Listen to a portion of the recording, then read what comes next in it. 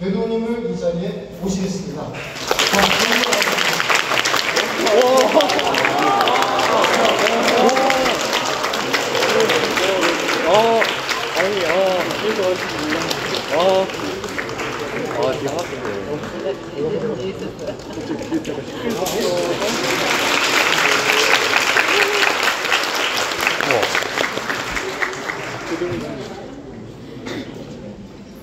네, 안녕하세요.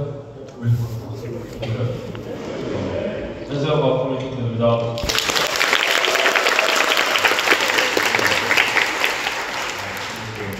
단종이라 이러면 됩니다. 이러면 내려오래요. 이거는 좀 바꿔야 되지 않을까. 좀 심각한데요. 반갑습니다. 울리는데 잘 들려요? 네. 저만 울리는 괜찮습니다. 네, 잘 들리는 거죠? 네. 시험까지죠? 네. 안녕하세요. 아, 다행이다. 우리가 뭐 좌석에 그런 개념이 없으니까 좀 괜찮네요. 그렇죠? 네, 시간이 없습니다. 네, 2시간 꽉 채워서 해야 되는데 시간이 없고 뭐 사진 찍고 이런 거 안 해도 괜찮으면 좀 되게 괜찮고 사진 안 찍고 최대한 빨리 하고 재리있게 받고 해야 돼요. 아시겠죠? 네. 우리는 어떤 부분이야? 사실 그 우주 개발 과정에 대한 얘기고 이제 우리나라는 어떻게 해야 되는지, 우리나라의 최대한 쪽 기술들 이런 얘기를 해드리는데 일단 유섭 씨가 우주로 가는 거 가고 싶으세요? 네. 왜요? 멋져요? 네? 뭐라고요? 중력이 없다는 것 때문에 가고 싶어요? 평소에 중력 때문에 뭐 힘든 일 있어요?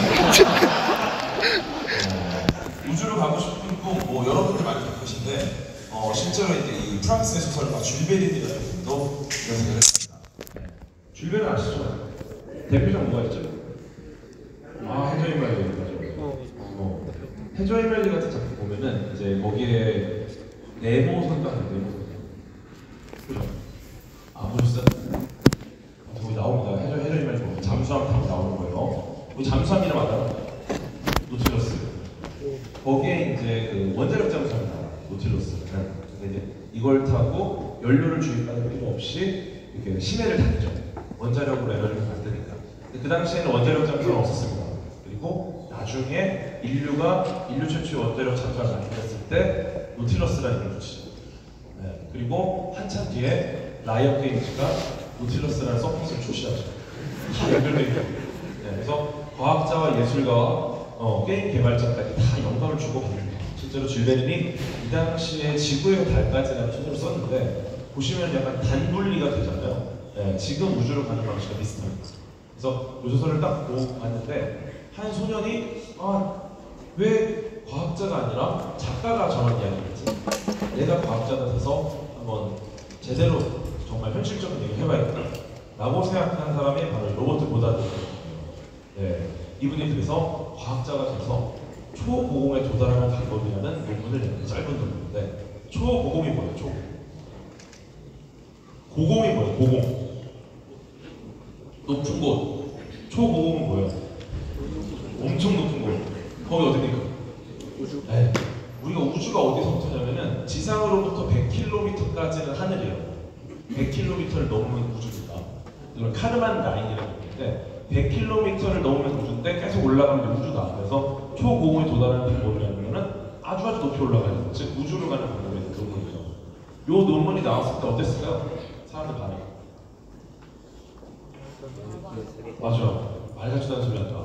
그러면서 그 지금으로 치면 조중동에 해당되는 뉴욕타임스라는 굉장히 역사가 깊은 매체가 있었습니다. 네. 여기서 한 논설위원이 이런 사설을 올려요. 이런 내용의 사설입니다. 무슨 말인지 알겠죠?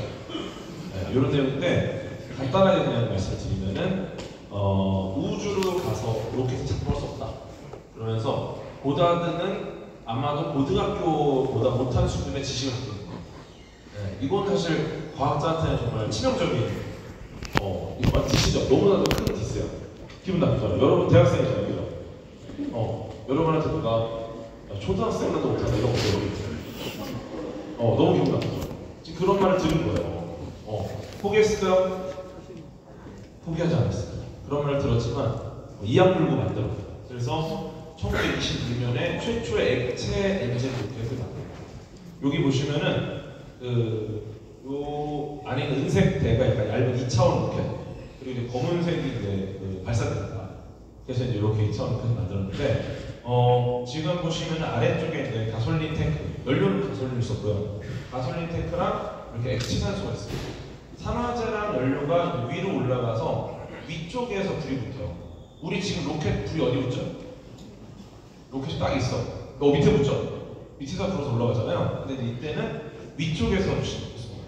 왜냐면 아래쪽에 연료랑 산화제가 있으니까 혹시나 위험할까봐 위쪽에 불이 붙어서 이제 끌고 올라가는 밑에. 그리고 산화제랑 연료를 뿌려주기만 하면은 접촉점화라고 해가지고 반응성이 굉장히 좋아서 바로 불이 붙어요. 그렇게 해서 이제 로켓을 만들었는데 잘 됐을까요?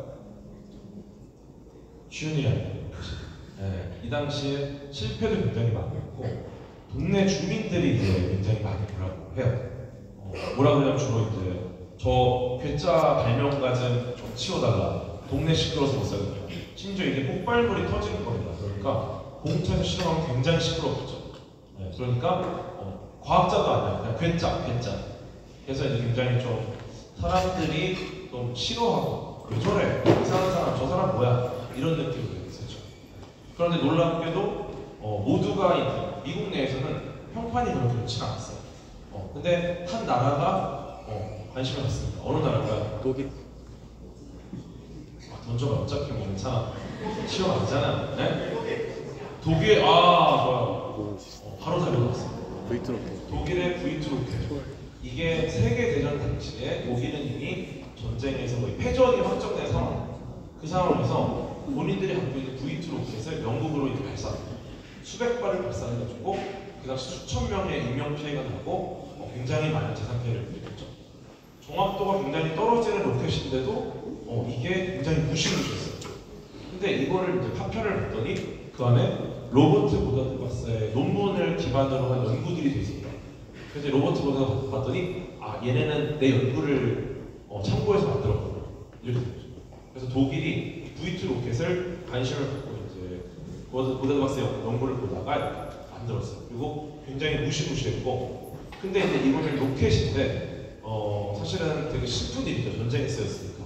왜냐면 고다드 박사는 어디로 가고 싶었습니까? 네, 우주로 가고 싶었어요. 근데 이 당시에는 우주로 가지 못했죠. 그래서 이거를 본 그 당시 사람들이 뭐 이런 얘기를 했어요. 고다드 박사가 만든 V2 로켓, 고다드 박사 연구를 기반으로 한 V2 로켓은 잘 작동했다. 하지만 엉뚱한 행성에 착륙했다. 가라는 대로 안 하고 지구로 온 거죠. 사람을 보내고. 되게 슬픈 일이었는데 슬픈 일과 별개로 요 로켓을 보고 깜짝 놀라는 상황이었어요. 다른 나라들. 그 당시 이제 전쟁에서 이겼던 두 나라, 미국과 러시아. 두 나라가 딱 보니까 어때요? 너무 강력한 무기야. 우리가 이제 게임하다가 PK 하다가 친구 죽어서 아이템 떨궜어. 뭐해요? 낼름 죽어야 돼요. 그러니까 독일은 지금 졌습니다. 근데 전장에서 이기긴 이겼는데 얘가 떨군 아이템이 너무 센 거야. 그러니까 어떻습니까? 미국도 저거 가져와야 되는데 러시아도 마찬가지죠. 그러니까 이제 미국이 어떻게 얘기하냐면 여기서 이제 우리가 저 로켓을 만들겠다 이러면 사람들이 욕할 거 아니야. 너도 독일하고 똑같은 겁니다. 그러니까 미국이 뭐라 그러냐면 우리는 우주를 개발하겠다. 우주로 가겠다. 뜬금없잖아. 좀 뜬금없어. 그러니까 러시아 갑자기 나도 마침 우주로 가려고 했는데 어떻게 우리 말을 맞지? 그래서 사실은 군사적인 목적이 있었겠죠. 근데 두 나라가 갑자기 뜬금없이 우주 개발을 하게 됩니다. 이 로켓을 개발합니다. 너무 아깝다. 그렇게 해서 두 나라의 우주 경쟁, 스페이스 레이스를 했는데 이게 시작이 돼요. 여기에 여러분이 잘 아시는 두 명의 과학자가 등장합니다. 네. 왼쪽 분 누굽니까? 맞아요. 세르게이 코롤리프. 러시아의 로켓 과학자. 이분은 딱 봐도 덕후죠. 덕후예요. 완전 너드야. 이분은 어릴 때부터 로켓 만드는 거 굉장히 좋아했어요. 그래서 로켓을 많이 좋아했는데 나중에 정부의 예산을 받으면서 로켓을 만드는데 잘 안 되잖아요. 로켓 만드는 게. 그러니까 어떻게 됩니까? 정부에 이제 같이 일하는 사람들이 이제 고발을 합니다. 뭐라고 고발하냐면 얘가 지금 세금을 낭비하고 있다. 국고를 낭비하고 있다. 이상한 짓을 하면서. 근데 이 당시 러시아는 재정 상황이 안 좋아가지고 국고를 낭비한다라는 건 국가 가력제가 있어요. 그래서 그래? 너 노역하러 가. 그래서 어디로 가냐면 우리나라로 치면 북한의 그 아우지 탄압 같은 걸 보내요. 그래서 거기서 노역을 시키는 거야. 노역을 시키려. 근데 노역 잘하게 생겼어요. 네. 딱 봐도 지금 지능에 올인했죠. 네. 그래서 이제 그 갔는데 엄청 몸을 흡사다가 그 상황에서 이제 V2 로켓이 이렇게 딱 세상에 나타났고 그때 사람들이 뭐야 이거 어떻게 이거 누가 알지? 하니까 사람들이 이거 세르게이가 잘하는데요? 걔 어디 갔어? 저기 탐방에 있는데요? 데리고 와! 그래서 복귀해서 러시아 우주 개발의 중추적인 인물로 다시 그렇게 이제 러시아가 세팅이 되고 오른쪽에 있는 분은 톰 브라운 박사입니다. 독일에서 V2 로켓을 만든 사람이에요. 저 사람은 V2 로켓을 만들고 보니까 전쟁은 졌는데 분위기를 딱 보니까 지금 분위기가 나쁘지 않아. 왜냐면 전쟁은 졌는데 미국이 와주세요. 러시아도 와주세요. 이러니까 나쁘지 않아. 그래서 이제 미국한테 얘기를 합니다. 나 가면 뭐 해줄까? 그랬더니 미국이 오면은 뭐 집도 주고 차도 주고 월급도 주고 다 해줍니다. 그러니까 톰 브라운이 그래? 근데 가족들이 있다. 가족들도 집도 주고 차도 주고 월급도 다 해주겠다. 그러니까 나 좀 인싸라 친구들도 좀 많다. 친구들도 집도 주고 차도 하니까 친구의 가족들도 있다. 거의 약간 뇌절을 하니까 이제 미국 쪽에서는 좀 당황했어요. 근데 그래서 이제 망명 규모가 300명 정도가 돼요. 톰 브라운 박사는 데리고 오려고 했는데 너무 커진 거죠. 그래서 미국이 이거 좀 심한데? 이러니까 이제 톰 브라운이 그래? 러시아에 한번 전화해볼까? 이렇게 하니까 여러분이 만약에 망명을 하는 상황이다. 미국 가기 싫습니까? 러시아 가기 싫습니까? 미국. 러시아는 좀 웬만큼 강하지 않으면 살아남기 힘들잖아요.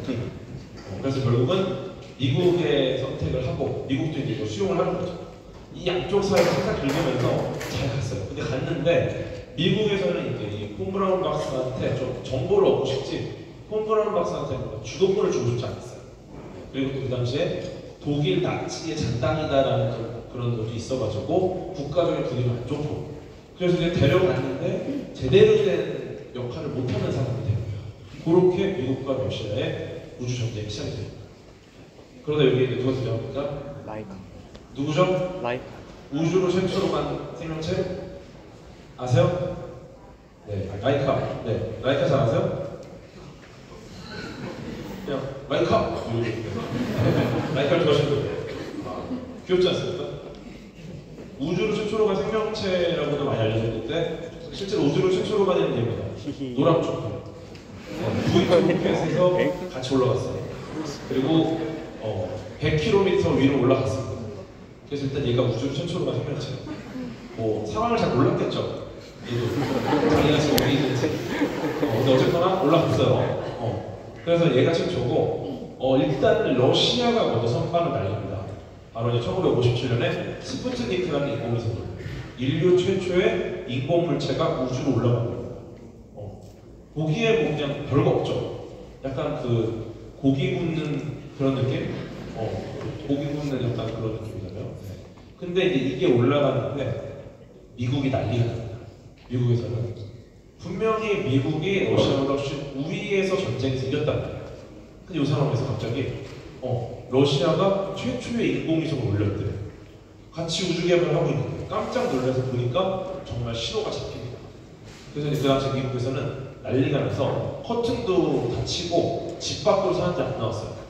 러시아가 나를 보고 있다. 이런 분위기가 돼가지고 그래서 이거를 스푸트니크 쇼크라고 미국이 이때까지만 해도 공부는 뭐 자유롭게 해라 이런 분위기였는데 요걸 계기로 다시 우리가 주입식 교육을 해야 된다. 그래서 교육 시스템도 바뀌게 되고요. 굉장히 많은 충격이 있어요. 물론 얘가 사진을 제대로 찍었느냐 여러 가지 얘기가 있어요. 뭐 카메라를 가지고 올라가서 자동으로 셔터를 누른 다음에 러시아 쪽을 지나갈 때 필름통을 떨어뜨렸다. 뭐 이런 얘기도 있고 이게 뭐였을까요? 이게? 잘 안 보였겠죠.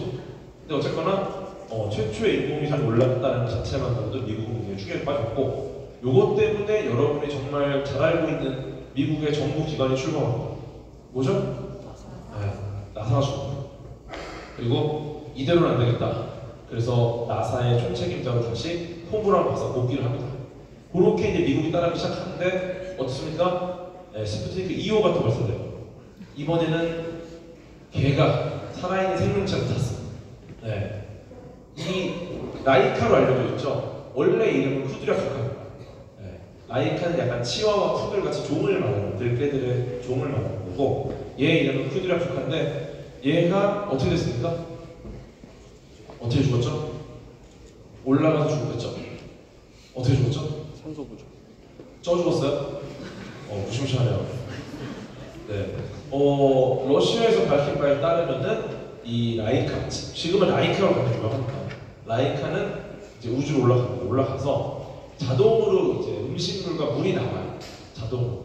그걸 먹다가 한 3일째 되는 날 독이 든 음식이 나옵니다.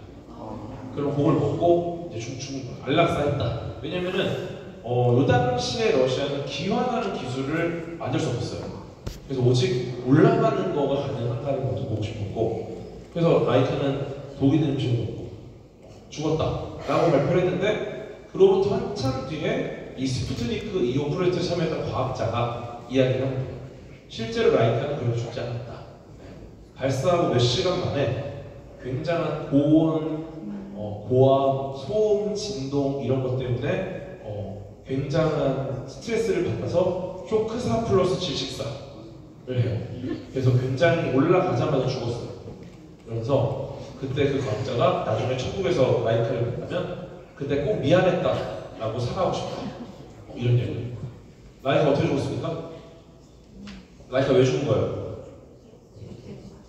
라이카가 죽은 이유는 들개들을 모아서 올라갈 개를 한 마리 뽑았어요. 근데 그 들개 중에 유난히 사람을 좋아하는 개가 하나 있었어요. 그리고 너무 똑똑해. 일로 가라 그러면 일로 가고, 들어가라 그러면 들어가고, 있으라고 있으고, 나오라고 나오고. 그래서 해치를 열고 들어가라, 훈련을 하고 몇 시간씩 꺼내주고, 음식을 먹고, 들어가라 나와간 다음에 마지막에 들어가는 다음에 해치를 닫고, 이제 그 해치는 열리지 않게 되죠. 네. 왜 죽었습니까? 사람을 너무 좋아했고, 너무 똑똑했고, 시키는 대로 다 했어요. 네. 여러분 어떻습니까? 사람이 너무 좋고, 똑똑하고, 시키는 대로 다 하면 조별과제 할 것 같아요. 거기 있던 같이 있던 수많은 들개들, 오른쪽으로 가라 그러면 왼쪽으로 가고, 들어가라 그러면 나오고, 그런 들개들 어땠습니까? 라이트 올라갈 때 잘 먹고 간다 이러면서 배 두드리면서 이렇게 가는 것이고, 수고해. 그럼 여러분 어떤 삶을 살아야 되겠습니까? 여러분 나중에 이제 사회생활 해보시면은 어디 있든 일을 잘하잖아요. 나 혼자 야근을 일 못하는 다른 들깨들 6시에 집에 가고, 수고해, 나는 못해서 미안해. 그리고 나 혼자 일을 하고, 어떻게 되는 겁니까? 라이카 되는 거예요. 이런 중요한 교훈을 알려주면서, 그거와 플러스 이제 라이카가 우리에게 뭘 줬느냐, 만약에 이런 고온, 고압, 질식, 진동, 소음 이런 거를 잘 정리할 수 있으면 사람이 올라갈 수도 있겠다 라는 아이디어를 줍니다. 즉 라이카의 희생으로 사람이 올라갈 수 있는 발판이 만들어진 거죠. 근데 이제 배가 올라갔으니까 미국이 놀랬겠죠. 네. 놀란 상태에서 이제 미국이 조금 따라옵니다. 미국 최초의 인공위성 익스플로러 1호예요. 모양 자체가 그럴싸하지 않습니까? 네. 스푸트니크보다 조금 더 그럴싸해요. 그러니까 미국이 야, 우리가 또 제대로 한다. 우리가 진짜다. 그리고 이제 얘가 올라가서 베넬런테라는 지구 주변에 이 지구의 생명체를 보호하는 자기장 같은 걸 발견해요. 굉장한 쾌거입니다. 그래서 이제 미국이 야, 우리 다 해냈다. 러시아 조금만 기다려라. 다 따라왔다. 라고 하는데 어떻습니까? 사람이 올라가요. 네. 지금 이제야 인공위성을 따라잡았는데 러시아는 이제 최초로 우주로 사람을 보냅니다. 누구죠? 최초로 우주로 간 사람? 네, 유리가. 이분이 뽑힌 이유는 살인미소. 일단 좀 잘생겼어요. 그리고 키가 굉장히 작았어요. 우주로 올라가려면 가벼워야 되니까 키가 작아야 되고, 이 살인미소. 유리가가린이 유리 딱 올리고 살인미소를 딱 쓰면은 이제 난리가 나는 거야. 이 당시 인기가 굉장히 많았어요. 생각해보세요. 소개팅 밑에 딱 나갔어. 야, 너 뭐야? 나 우주에서 왔는데. 그러면 야 우주 갔다 온 사람 있어? 다 침묵. 다 이기는 거야. 근데 인기도 많았어요. 근데 이분이 이제 보스토크 1호를 타고 올라갔는데 이분이 이제 우주를 가서 한 모든 일은 인류가 최초로 우주로 나가서 하죠. 올라가서 뭐 라디오도 껐다 켰다 해고 음식물도 먹고 몇 시간 있다 내려왔어요. 그런데 뭐 인중을 긁었어. 인류 최초로 우주에서 인중을 긁었다. 발톱을 깎았어. 이거는 이분이 하는 모든 행동은 인류 최초의 일이에요. 엄청난 일이죠. 네, 이걸 지켜보는 미국의 입장 어땠습니까? 너무 열받죠. 네, 그래서 케네디 미국 대통령이 연설을 합니다. 들어볼까요? We choose to go to the moon. We choose to go to the moon.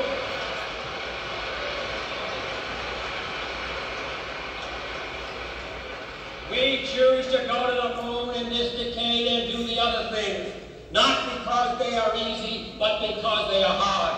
네, 뭐라고요? 우리는 달에 간다. 왜 갑니까? 네, 그것이 쉬워서가 아니라 어려워서 간다. 어때요? 멋있는 말이야, 멋있는 말. 근데 잘 생각해보세요.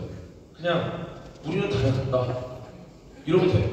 근데 굳이 거기다가 우리는 쉬워서가 아니라 어려워서 간다. 여기서 말하는 쉬운 일은 뭡니까? 우주로 개가 올라가고 사람이 올라가고 이런 거는 미국은 쉬워서 안 해요. 왜냐? 우리는 미국이야. 우리는 쉬운 일을 하지 않는다. 어렵기 때문에 달에 간다. 처음부터 원래 달에 갈 거예요. 이게 이제 어떤 거냐면 반에서 수학 1등, 2등 하는 친구가 있어요. 근데 2등이 100점을 맞습니다. 1등 기분이 어때요? 어차피 100점 맞아야 동점이에요. 그때 갑자기 얘기하는 거죠. 원래 수학 싫어요. 나 원래 체대 가려고 했어. 지금 같이 경쟁하다가 갑자기 지금 뜬금없이 우리는 달에 간다. 우리는 그것이 어렵기 때문에 러시아가 하는 쉬운 건 안 한다. 그래서 보면은 되게 멋있는 연설인데 표정이 다 안 좋아. 다 어두워. 이런 상황이에요. 근데 어떻게 했어요 결국? 미국이 먼저 갔어요. 왜 미국이 먼저 갔느냐? 러시아의 세르게이 코를로프가 일찍 죽습니다. 네. 노역하고 왔죠? 네. 지는 캐죠? 그러니까 결국은 수술대 위에 올라서 온몸에 암세포가 퍼진 채로 굉장히 빨리 죽어요. 그리고 그때까지 미국은 자신의 라이벌이 누군지를 몰랐어요. 폼브라운 박사. 죽고 나서야 이제 세르게이 코를로프라는 사람이 국장을 치르면서 밝혀졌죠. 왜냐면은 세르게이 코를로프가 드러나면 미국이 이제 탐 크루즈 같은 분 보내서 양살할까봐 그래갖고 이제 절대 못 해줬어요. 죽고 나서야 라이벌의 이름을 처음 듣습니다. 폼브라운 박사님.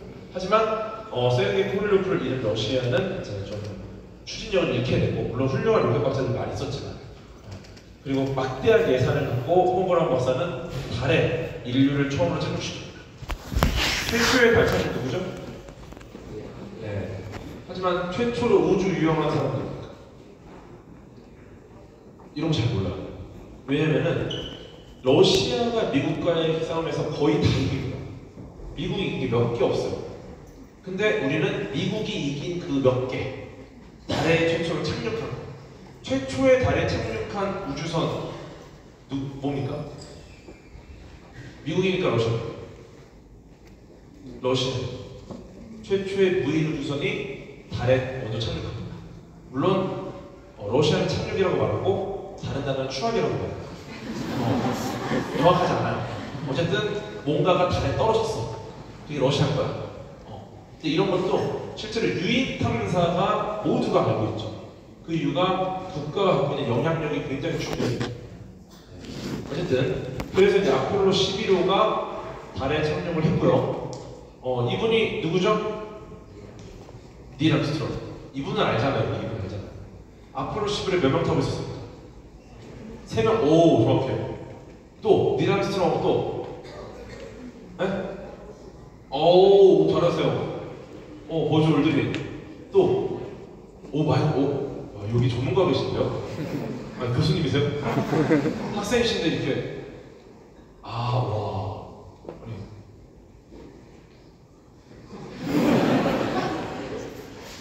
어쨌든 이분이 처음 밟았죠 달을? 네.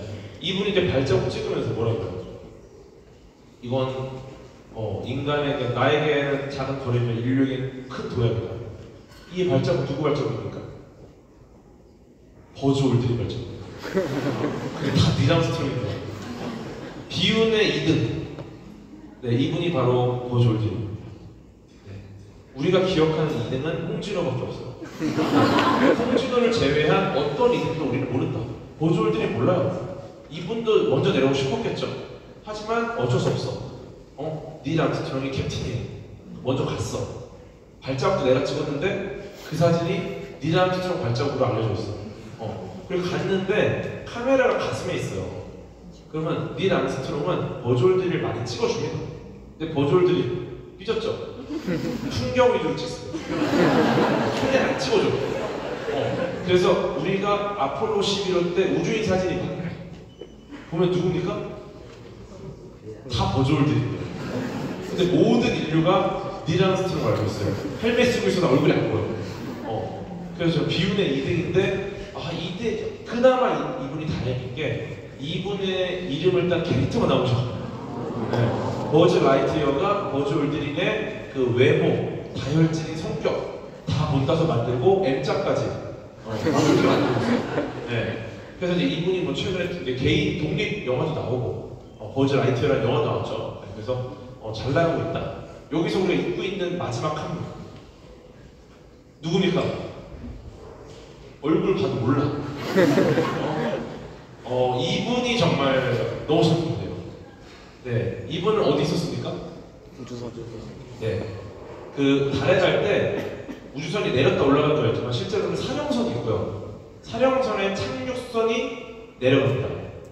그리고 여기서 2명이 내려갔다가 착륙선 모듈 윗부분이 펑 하고 올라오는 걸 사령선이 잡아서 지구로 귀환합니다. 이렇게 하지 않으면 달에서 이제 지구를 발사하는 거 쉽지 않아요. 그러면 사령선에 한 명이 남아야 돼요. 누가 남습니까? 이 친구. 왜 남았습니까? 원래 짬순으로는 버즈 올드린이 남아야 돼요. 막내야. 근데 버즈 올드린이 운전 경력이 좀 더 미숙합니다. 그래서 그래 운전자는 마이클 콜린스가 남아라.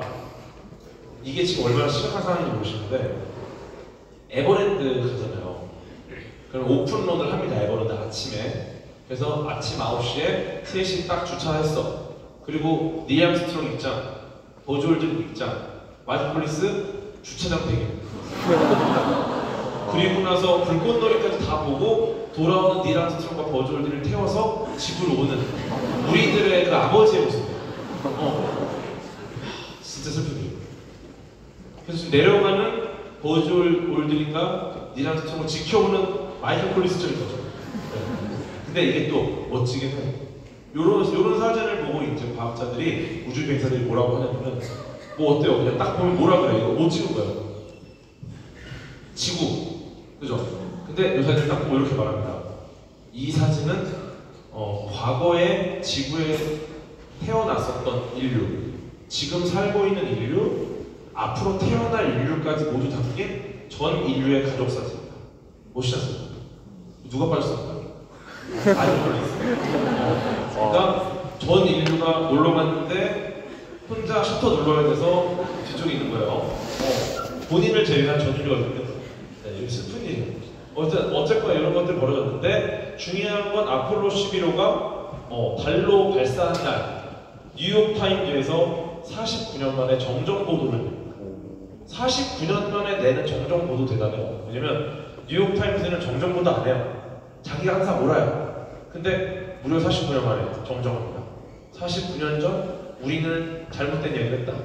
로버트 고단 박사가 옳았고 그의 방식대로 로켓은 우주에서 지금 상태에서 추진할 수 있다. 그에게 사과한다. 근데 어떻게 했습니까? 고단 박사님 가셨어요. 50년대 가셨어. 근데 여기가 어디냐면은 그 미국 나사의 굉장히 중요한 연구시설 중에 하나인 GSFC예요. 이게 워싱턴에 있거든요. GSFC 약자가 고다드 스페이스 플라이트 센터. 네, 그래서 나사는 굉장히 중요한 본인의 연구시설에 고다드 박사 이름을 붙이고 지금까지도 기리고 있죠. 그를 이제 로켓 과학의 아버지라고 부릅니다. 네, 근데 죽었어요. 살아있을 때 잘하는 게 좋다 라는 교훈을 얻으면서 이제 좀 가까운 현대로 와볼게요. 네, 여러분 좋아하시는 스페이스X. 네, 이 당시 2002년 보셨어요? 2002년 뭐 언제 태어났어요? 네? 03년생이에요? 뭐야? 월드컵 안 봤어요? 이 당시 월드컵이 있었지만 못 본 분도 계시지만 이 당시에 진짜 스페이스X라는 기업이 갑자기 이제 로켓을 발사했다고 해요. 이게 얼마나 웃기는 상황이냐면은 제가 붕어빵을 구워요. 붕어빵을 너무 잘 구워. 겉바속촉 거의 미쳤어. 사람들이 줄을 서요. 그럼 막 와, 잘 굽잖아요. 근데 갑자기 사람들을 모아놓고 제가 이렇게 얘기를 하는 거예요. 저는 내일부터는 붕어빵을 굽지 않겠습니다. 내일부터는 반도체를 굽겠습니다. 그리고 내가 굽는 이 모든 반도체가 전량 삼성전자에 납품될 것입니다. 그리고 여러분이 쓰는 모든 스마트폰에는 내 반도체가 사용될 겁니다. 뭔 소리야 이게? 지금 그런 말을 하는 거예요. 일론 머스크가 폼 정말 좋았던 시절인데 이때 이런 말을 한다. 기업가로 성공을 했어. 근데 갑자기 나와서 여러분 저는 이제부터 우주로 갑니다. 그리고 앞으로 나사에서 진행하는 모든 우주 미션은 나의 발사체로 쏘게 될 겁니다. 이 말 하니까 사람들이 미친놈 아니야? 왜냐면은 우주 미션이 나사가 하는 이유가 국가 하나만으로도 힘들어요. 미국 정도 아닌 이상. 그래서 여러 나라가 협력해서 같이 합니다. 돈이 어마어마하게 들어요. 근데 갑자기 왜 기업 스타트업 대표가 나와서 갑자기 그걸 하겠다는 거야? 다 비웃었어. 배꼽 잡았어. 저도 배꼽 잡았는데 속으로 약간 멋있었어. 약간 멋있는데? 근데 어떻게 했습니까? 그로부터 18년 후 민간 최초의 유류주선 크루 드래곤이 발사가 돼요. 이게 국제우주정거장 도핑을 합니다. 그리고 이날 이후 국제우주정거장과의 모든 발사체, 모든 운송과 사람의 운송은 스페이스X가 전담을 하고 있어요. 이 직전까지 누가 했느냐? 세르게이 코를루프가 만든 러시아의 소유주가 있어요. 그만큼 대단해요, 세르게이가. 그 옛날에 만들어 놓은 걸 이때까지 쓴 거야. 근데 지금 상황이 안 좋죠, 러시아가. 만약에 스페이스X가 없었다면 국제우주정거장을 문 닫았을 수도 있다. 하지만 이때부터 스페이스X가 전담한다. 그러면 어떻게 가능했는지 영상을 볼게요. 네, 스페이스X의 펠컨 9 3기가 결합된 펠컨 헤비입니다.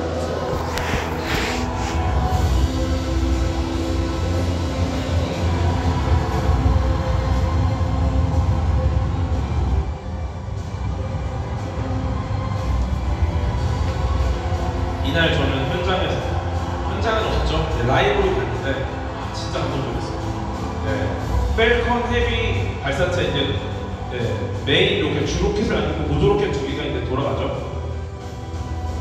그리고 이제 메인 로켓 안에는 탑재체가 보통 들어있어요. 인공위성이나 뭐 이런 게 들어가 있겠죠. 그럼 여기는 일론 머스크가 뭘 넣느냐?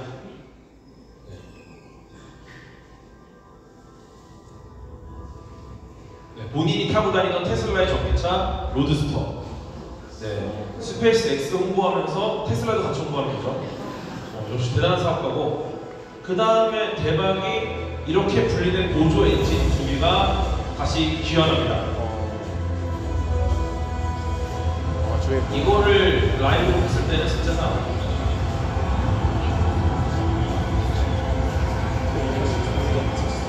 보세요. 다시 돌아오죠. 우주에서는 약간 그래픽이 떨어졌고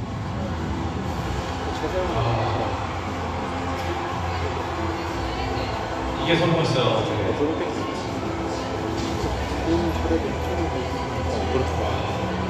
지금도 약간 울먹거려요. 도파민이 나오는 모습이에요. 이분이 이날 이후로 이제는 웬만한 걸로 도파민이 안 나오고요. 이제 다음번에 이런 모습을 보려면 화성에 가야 돼요. 그래서 일론 머스크 화성에 가는 이유는 본인의 도파민 때문에, 다른 이유 없어요. 근데 이때 진짜 멋있어요. 그 재사용 발사체를 회수한다. 이런 개념은 로켓 과학자들한테는 뭐 약간 하늘을 나는 집? 막 거의 그런 거예요. 그냥 꿈의 이야기. 상상 속에서만 가능한. 아예 말도 안 되는.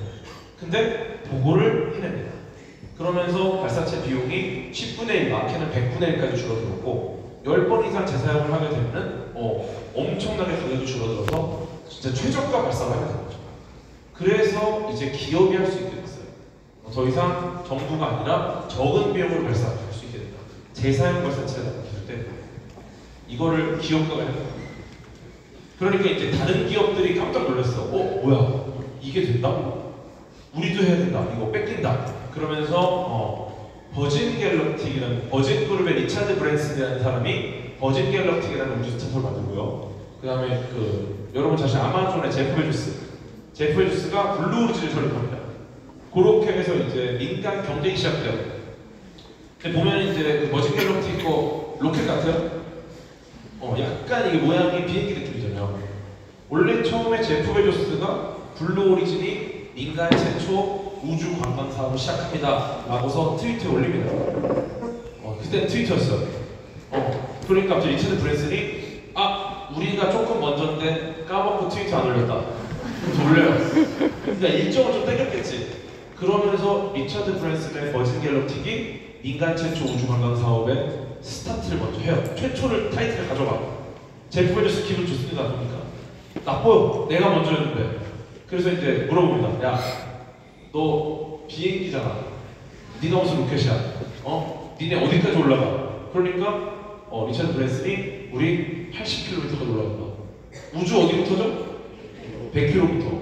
그러니까 80km야? 너네는 최초의 우주 관광이 아니라 그냥 항공 관광이다. 얘네는 1시간의 비행 시간인데 비행기를 타고 이륙했다가 가운데 있는 비행기가 분리가 됩니다. 얘만 10분 정도 저중력을 경험하고 내려가요. 총 비행은 1시간. 이 블루 오리진은 총 비행은 한 15분. 그냥 똑같이 올라가요. 스페이스X랑. 올라갔다 내려오는데 15분 정도. 그러니까 이제 너는 80km니까 너는 우주 아니야. 그러니까 리차드 브랜슨이 니네 얼마나 올라가는데? 그러니까 100.5km. 그러니까 야 그래 니네도 높이 간다. 잘났다 니네. 그래서 둘이 막 싸우는 거야. 야 니네가 잘났고 우리는 의자가 뒤로 얼마나 넘어가고 뭐 창문이 더 크고 막 이거 싸워. 그걸 지켜보는 일론 머스크. 야 니네 뭐하냐? 놀이기구 아니야? 일론 머스크가 이제 본격적인 우주 관광을 시작해요. 3박 4일 동안 지구를 하루에 16바퀴씩 돌고요. 하루에 일출과 일몰을 26번 이상 봅니다. 이게 진짜 우주 관광이지. 그러면서 야 니네는 놀이기구다. 내가 진짜다 하면서 처음으로 우주 관광 갈 사람을 뽑았어요. 이분들이 최초로 스페이스X를 이용해서 우주 관광 분들인데 맨 왼쪽에 계신 분이 부자가 이분이 카드 결제 단말기 회사 CEO예요. 그래서 티켓 4장을 사요. 그 다음에 누구랑 같이 갈까 고민합니다. 그 두 번째 계신 분이 최연소 여성 우주인이에요. 그래서 나이가 어리고 여성이고 그리고 암투병을 하다 극복한 사례가 있어요. 학교 선생님입니다. 스토리를 들어보니까 신금을 울려. 합격. 그 다음에 세 번째는 이제 흑인 여성, 최초의 흑인 여성. 마치 인어공주도 봤어. 합격. 이래가지고 다 고른 거야. 골고루 골랐어. 근데 그러고 나니까 불안해. 약간 너무 여성분들만 있으니까 이거 문제 생기면 내가 돈 쓰는 거 아니야? 그래서 맨 오른쪽에 군인 출신 기술자를 뽑습니다. 보시면은 놀라운 걸 알 수 있어요. 공짜로 가시는 분들은 지금 이빨이 보이죠? 돈 낸 사람. 돈 낸 사람은 마음껏 웃지 못해요. 우주를 가는 게 이렇게 무료로 가는 거 좋다. 걸 보여주는. 어쨌든 잘 됐고 최근에 훨씬 더 놀라운 일이 벌어졌죠. 스타쉽이라는 겁니다. 진짜 화성에 가는 겁니다. 이게 높이가 어느 정도냐면은 타워 팰리스 건물가면 40층짜리 건물. 이거는 실제로 스타쉽과 밑에 슈퍼 헤비까지 연결을 하고 보면은 얘의 높이가 40층짜리 건물입니다. 즉 얘가 발사를 할 때는 40층 고층 건물이 그대로 지상으로 이륙을 해요. 그래서 1차 발사를 시작합니다. Attention all operators on countdown 1. We're going to start our countdown go forward for today's flights. Round 1, on go. Round 2, go. Stage 1, go. Stage 1. Good morning. On your screen is Starship as it awaits our first ever integrated flight test from Starbase Flight Texas. directors go 5, 10, 9, 8, 최초 발사입니다. 최초 발사.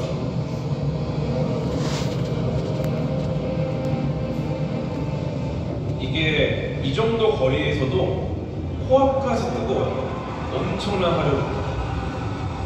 올라갑니다. 1단 엔진 33개가 달려있고요. 2단 엔진 6개가 달려있고 총 39개의 엔진이 달려있는 사실고요.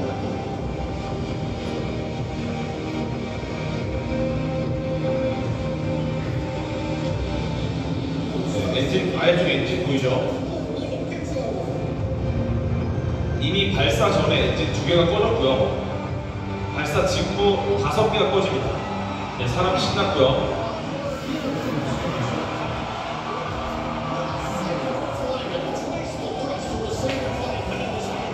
보이시죠? 지금 뻥뻥 구멍이 나죠? 일단 이게 네, 지금 엔진이 꺼져 있는 겁니다.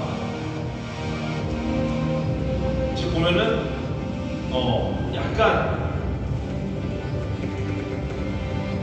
약간 좀 이상하죠? 엔진이 지금 전체가 다 들어가야 되는데 지금 방향도 좀 이상하죠?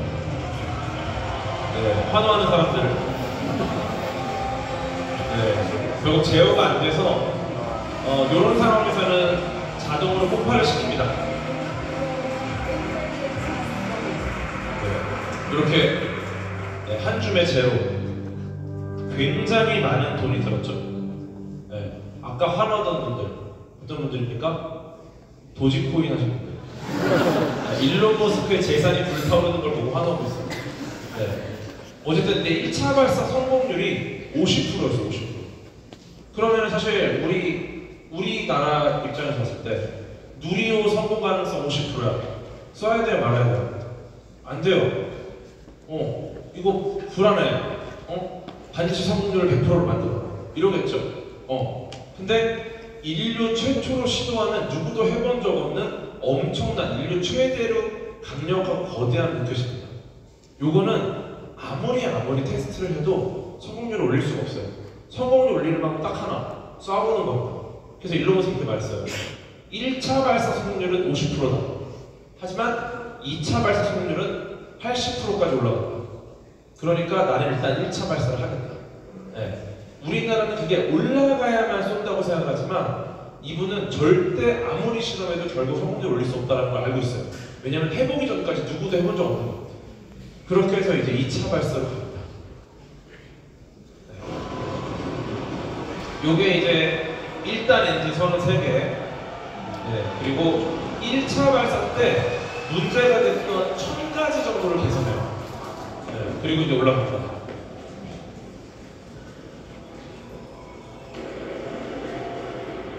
네, 보면은 1단 엔진이 완벽하게 들어와 있죠.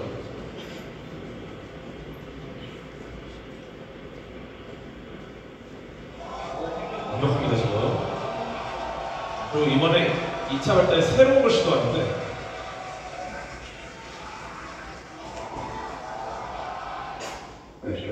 이제 1단, 2단 단분리가 이루어집니다. 지금 2단 엔진이 켜있죠, 6개가. 네, 단분리를 시작하는데 네, 단분리 성공하죠. 단분리 성공이 거의 확실히. 그리고 1단 엔진을 재사용하기 위해서 기환을 시도합니다.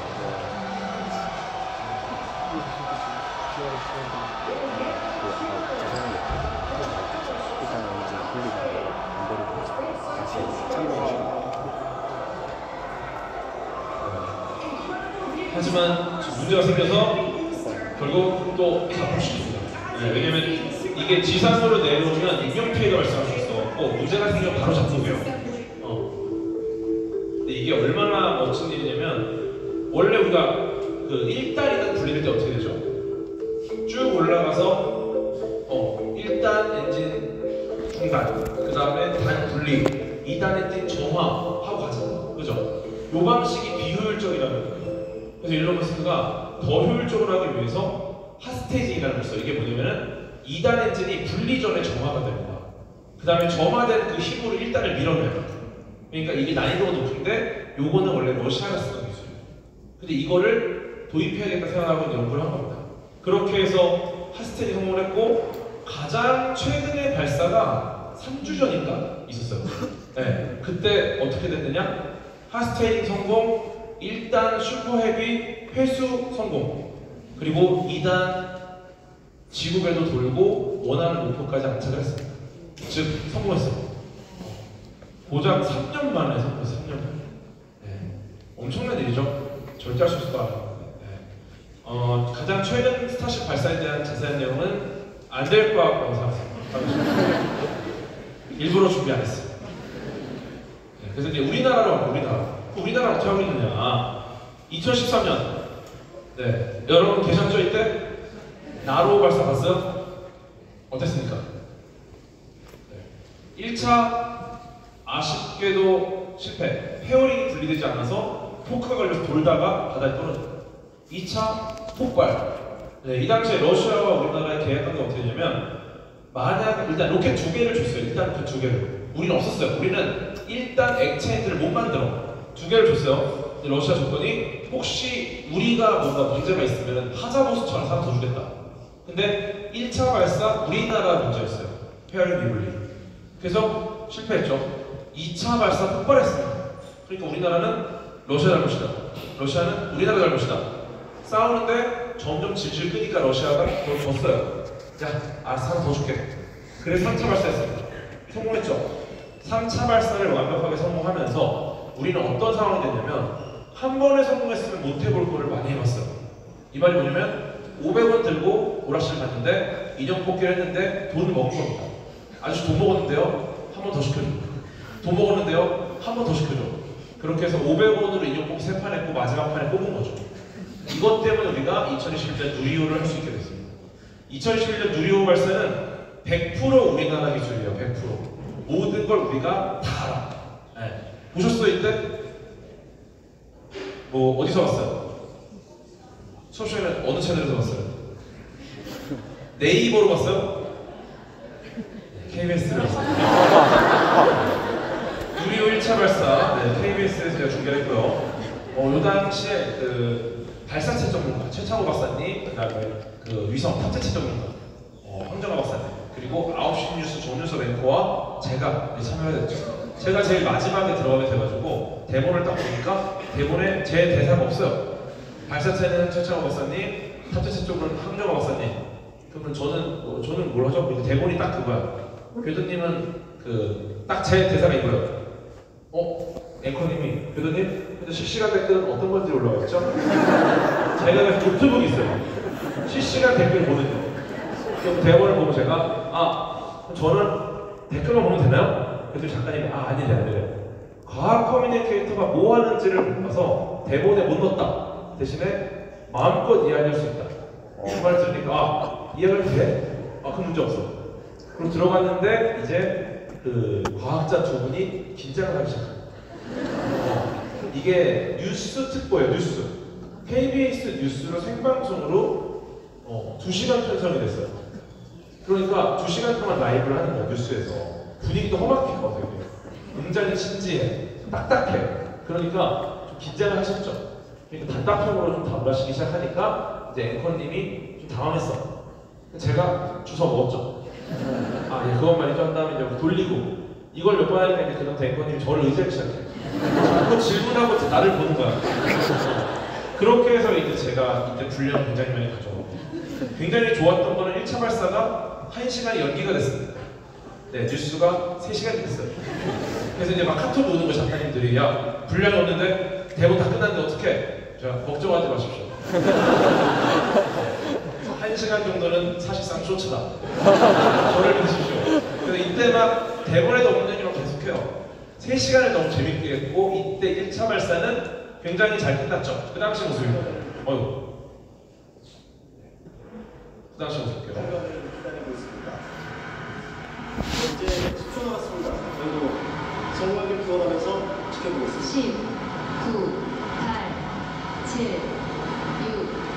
5, 4.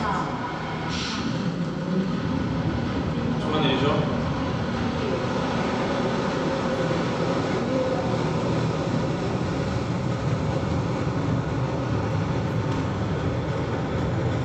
시간 회사는 여기다 보고 있어요.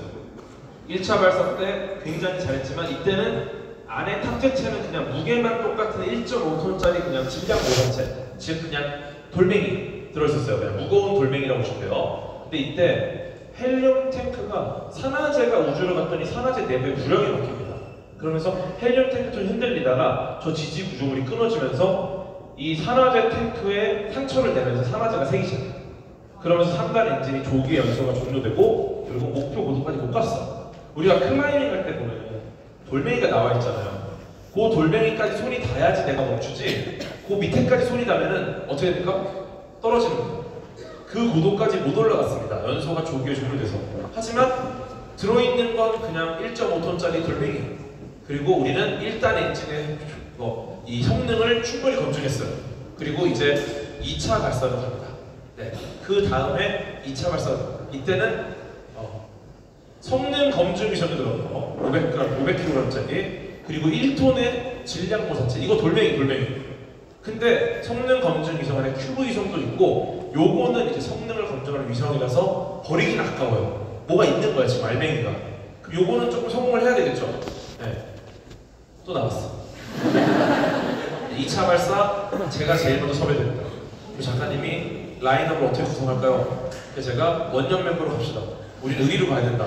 그리고 그 사이에 우리 최창호 박사님, 황정호 박사님 저희 채널에 모셔가지고 라이브로 특훈을 시킵니다. 최창호 박사님이 이제 어디서 뭐 언론이 왔다가 바로 나가세요. 너무 나가는 걸 좋아하게 되셔가지고 그래서 어쨌든 요때 굉장히 재밌게 했고 KBS에서 그때 2시간 편성하니까 시간이 모자르더라. 그래서 아예 3시간을 편성한 거야. 3시간 라이브를 진행되고 이때 완벽한 성공을 거두죠. 그렇게 해서 요게 당시 항우연 내부의 모습인데 항우연에서도 이제 후배가 보낸 사진이에요. 우리도 형 보고 있고 완벽하게 성공했고 네, 위성 모사체 성능 검증 위성 질량 모사체 잘 올라갔습니다. 그리고 이제 3차 발사. 요때는 이제 성능 검증 위성이 아니에요. 실용 위성입니다. 실제 쓰이는 위성이에요. 요것도 당연히 잘 올라가야 되겠죠. 너무 중요하니까. 그리고 여기에 7개의 큐브 위성이 들어갑니다. 네, 3차의 모습이고요. 네, 스티커도 많이 붙이고 여유가 넘쳤어요. 여유가 넘쳐요. 여유가 넘치고 올해는 발사가 없습니다. 이게 작년이고요. 내년에 4차 발사가 있습니다. 내년에도 누리호 발사는 KBS에서 저를 안 부른다? 네, 인스타를 좀 공지하겠습니다. 지금 요때 MBC랑 뭐 여기저기서 많이 왔어요 연락이. 근데 제가 의리를 지키느라고 KBS가 안 부를 때까지는 내가 기다려야 돼. 확실히 안 부를 때 가겠다. 근데 내년에 안 부른다? 네. MBC. 그래서 요때 이제 성능 검증 위성이 아니라 이제 실용 위성입니다. 여기 이제 레이더 싸 위성이 들어가고 레이더 안테나 갖고 있는 싸 위성이라고 하는데 얘가 들어갔고 실제로 굉장히 중요한 큐브 위성이 들어가 있어요. 4기가 편대비행하는 큐브 위성 도요셋이라는 큐브 위성이 들어가 있고 요게 루미르 카이로스페이스 제기라는 우리나라 국내 기업들의 큐브 위성이 들어가 있습니다. 얘네들이 굉장히 또 많은 역할을 하고 재밌는 거는 굉장히 작아요. 큐브 위성이 10cm예요. 요만합니다. 근데 왜 이렇게 작아질까? 크기로 따지면은 실제로 한 오리 정도의 수준인 거예요. 큰 위성이 뭐 코뿔소, 오팔로 이러면은 작아지는 이유가 하나의 거대한 위성보다 작은 여러 개의 위성이 할 수 있는 훨씬 많아요. 그리고 훨씬 저렴하게 올릴 수 있고 훨씬 많이 올릴 수 있고 몇 개가 문제가 생겨도 괜찮아. 약간 여러 개를 쓰니까 이게 스타링크라는 스페이스X에 쭈루루 줄지어서 가는 전 지구의 통신을 할 수 있는. 최근에 제가 마니먼트라는 노홍철 형님하고 북극 갔다 왔거든요. 스타링크 잡힙니다. 빨라요. 심지어 무료야 북극에서. 공짜로 영화 받고 영화 다운받고 그랬어요. 근데 이게 보면은 이렇게 줄지어서 기차처럼 이렇게 불이 쫙 지나갈 때 있어요. 그게 이제 뭐 UFO 아니고 스타링크예요. 10분 딱 좋습니다. 요만해요. 근데 이런 거를 만드는 우리나라 기업이 있어요. 나라 스페이스 테크놀로지라는 기업에서 이런 큐브 위성을 만들고 요 큐브 위성을 여러 개 올리면 무슨 일이 벌어지느냐? 우리가 보통 그 위성 사진이잖아요. 위성이 찍은 사진을 받는 데까지 걸리는 시간이 꽤 걸립니다. 근데 요런 애들이 지구 전체를 쫙 덮으면은 우리는 방금 전 30분 전 사진을 얻을 수가 있어요. 네. 그러니까 지금 예를 들어 호주의 우주에서 찍은 사진을 얻느냐 그러면 지금은 30분 된 사진을 우리가 바로 얻을 수 있어요. 이게 무슨 의미가 있느냐? 어떻게 활용되냐면 이게 뭐냐면 지금 지구상에 있는 그 원유를 저장하는 탱크를 위에서 본 사진이에요. 그림자 방향을 보면은 탱크 덮개가 얼마나 올라와 있는 내용인지 알 수 있어요. 이걸 통해서 지금 현재 원유의 보존량을 봅니다. 위성으로. 그러면 이걸로 유가를 예측할 수 있어요. 그렇게 해서 이걸 활용하는 앱들을 만들 수도 있고 굉장히 다양한 방식으로 활용될 수도 있죠. 전 지구를 CCTV처럼 우리가 볼 수 있다. 그런 서비스를 고민하고 있죠. 그 다음에 작은 위성이 활성화가 되니까 이제는 어떤 일이 벌어지느냐? 작은 발사체 시작이 되는 거죠. 그래서 아주 작은 위성을 쏘는 작은 발사체. 왜냐면은 기존에는 조그만 위성은 큰 발사체 빈 공간에 들어가요. 그러니까 우리 가는데 너 입속으로 탈래? 그럼 그렇게 들어가는 거야. 근데 이런 작은 발사체가 나오면서 굉장히 또 많은 일들이 벌어져요. 이 시장 자체가 만들어졌어요. 우리나라의 페리지 에어로스페이스라는 곳이 지금 이 소형 발사체 사업을 지금 하고 있고 발사가 이제 올해 안에 발사를 할 겁니다.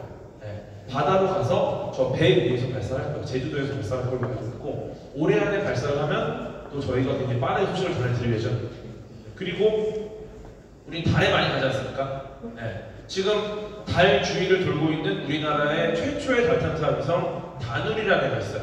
그죠? 근데 달 주위를 도는 것뿐만이 아니라 우리는 달 주위를 돌지만 달에 착지를 하는 랜더도 있고 달 주위를 착지한 다음 돌아다니는 로버라는 애가 있어요. 탐사 로버. 네, 요렇게 탐사할 텐데 우리나라도 요걸 하는 기업도 있습니다. 무인탐사연구소라는 곳에서 요런 초소형 휠이 2개 달린 탐사 로봇을 만들었고요. 요거는 조금 더 탐사차 같죠? 네, 바퀴 4개 달린 소중형 탐사 로봇을 만들었어요. 잠깐 보여드릴게요. 이렇게 달 지역에서 월면토와 동일한 성분을 가지고 제품 굴러가는가 이게 일반적인 다른 타이어로 이렇게 굴르기 힘들거든요. 그래서 이런 것들을 실험을 하면 제대로 이동할 수 있는지 빠지지 않는지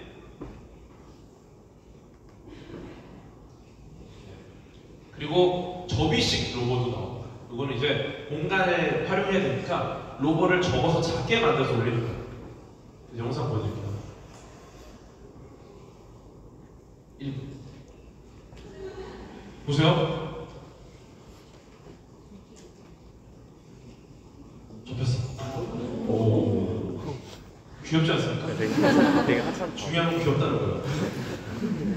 이런 것도 있고. 그래서 결국은 우리나라가 지금은 다누리라는 그 궤도선만 있지만 착륙선 탐사 로봇까지 결국은 할 것이다. 네. 우리가 갈 길입니다. 그리고 여기에 실제 우리나라의 우주산업 기업들이 한화 에어로스페이스 같은 체계 종합 기업도 참여를 하고 있고 이제는 미국에서 나사가 스페이스X를 키웠듯이 우리나라도 이런 기업들을 키우고 있는 시기예요. 굉장히 많은 기회들이 있겠죠. 그래서 마지막으로 주신 말씀이 우리나라 누리호가 300톤급 300톤급 추력으로 어느 정도 올리느냐? 1.5톤을 우주로 올립니다. 그죠? 네, 300톤급 추력. 스타쉽 몇 톤급일까요? 네, 스타쉽의 엔진이 4,500톤급. 네, 사실은 갈 길이 엄청 멀어요. 네. 그리고 우리나라 누리호가 작년에 발사했어요. 3차 발사. 내년에 3차 발사가 있습니다. 1년 혹은 2년에 한 번 주기로 지금 발사를 하고 있어요. 스페이스X의 발사 주기는 어떻게 될까요? 네? 일주일에 한 번? 일주일에 한 번. 재밌죠? 스타쉽은 스페이스X는 현재 3일에 한 번씩 쏘고 3일 주기로 써요. 요거를 지금 스타쉽을 일론 머스크는 이틀 간격으로 발사하겠다는 계획을 하고 있어요. 네. 즉 우리나라가 1년에 한 번, 2년에 한 번 쏘는 발사를 이미 스페이스X는 3일마다 쏜다. 네. 즉 이 말은 뭐냐면은 앞으로 우리가 갈 길이 엄청 먼 거예요. 지금 우리가 해야 될 게 한 번의 성공, 한 번의 실패, 이번 발사가 어떻게 될까가 아니라 훨씬 많이 쏴봐야 됩니다. 아직 엄청 멀었어요. 그리고 우리나라의 특징이 과거에 우리나라가 잘했던 산업들이 없어요. 다 우리나라는 후발주자입니다. 근데 후발주대로 시작해서 지금 세계 1위를 하고 있는 분야가 꽤 있어요. 뭐 반도체, 뭐 스마트폰, 자동차 이런 것도 지금 1위를 하고 있잖아요. 네. 근데 저는 발사체도 굉장히 큰 시장이라고 보고 있고요. 우리나라가 지금 관심을 갖기 시작하면 앞으로 스페이스X와 경쟁할 만한 상황이 될 수도 있다. 네. 그럼 어떻게 되느냐? 지금 굉장히 많은 사람들이 삼성에서 일하고 LG에서 일하고 그런 굉장히 많은 반도체를 하고 그렇듯이 앞으로 굉장히 많은 인력이 이 우주 산업에 필요할 수 있다. 그럼 여러분들의 일자리가 여기 있을 수 있겠죠. 네. 그래서 우리는 이런 것들을 고민하면서 생존해야 뉴스페이스 시대에 생존할 수 있습니다. 감사합니다.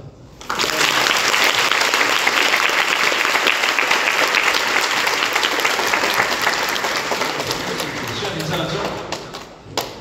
몇 분이고요? 6분 5만. 이 정도는 괜찮아요.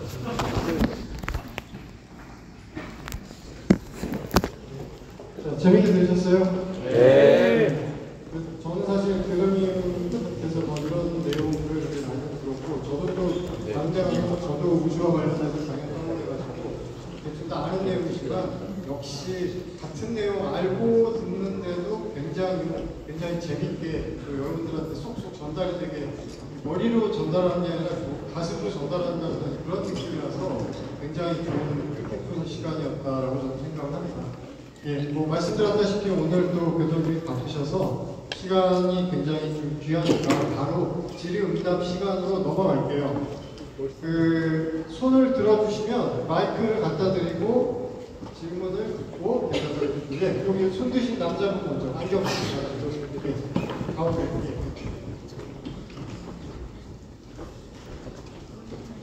감사합니다.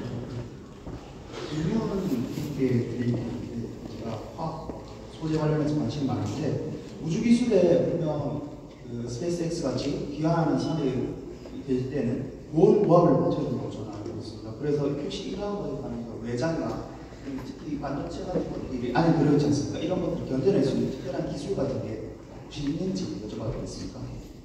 있습니다. 어떤 기술인지 한번 여쭤봐도 되겠습니까? 자세한 내용은 관련된 소재 관련된 곳에서 해주시면 좋지 않을까.